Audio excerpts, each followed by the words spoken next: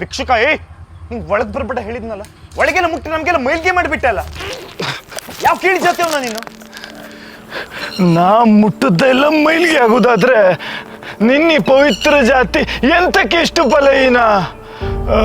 ನೀ ಮುಟ್ಟಿದ್ರೆ ನೆಲ ಶುದ್ಧಿ ಆಗ್ತದಂತೆ, ಜಲ ಶುದ್ಧಿ ಆಗ್ತದಂತೆ, ಈ ಲೋಕಕ್ಕೆ ದೇವರೇ ಬರ್ತಂತೆ. ಇಷ್ಟೆಲ್ಲ ಸಾಮರ್ಥ್ಯ ಇರೋ ನಿನ್ನ ಪವಿತ್ರ ಜಾತಿ ಎಂತಕ್ಕೆ ಇಷ್ಟು ಬಲಹೀನ? ಕೀಳು ಜಾತಿ ಆದ್ರೆ ನಾ ಮುಟ್ಟದ್ದೆಲ್ಲ ಮೈಲಿಗೆ ಆಗುದಾದ್ರೆ ಮೈಲಿಗೆ ಕೈಯಲ್ಲಿ ನೆಟ್ಟ ತುಳಸಿ ಅದೆ ನನ್ನ ಶಿವನ ಪಾದಕ್ಕೆ. ನಾನು ನೀರಿರದ ಮೈಲಿಗೆ ಮಲ್ಲಿಗೆ ಅದೆ ನನ್ನ ತಾಯಿ ಮುಡಿಗೆ.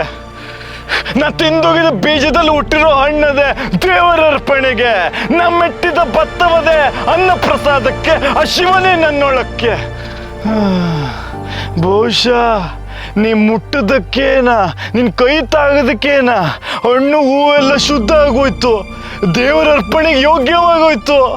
ಪ್ರಪಂಚವನ್ನೇ ಶುದ್ಧಗೊಳಿಸೋ ಸಾಮರ್ಥ್ಯವಿರೋ ಈ ನಿನ್ನ ಪವಿತ್ರ ಜಾತಿಗೆ ನಾ ಮುಟ್ಟದ ಕೂಡಲೇ ಅಶುದ್ಧ ಆಗೋಯ್ತು, ಮೈಲಿಗೆ ಆಗೋಯ್ತು.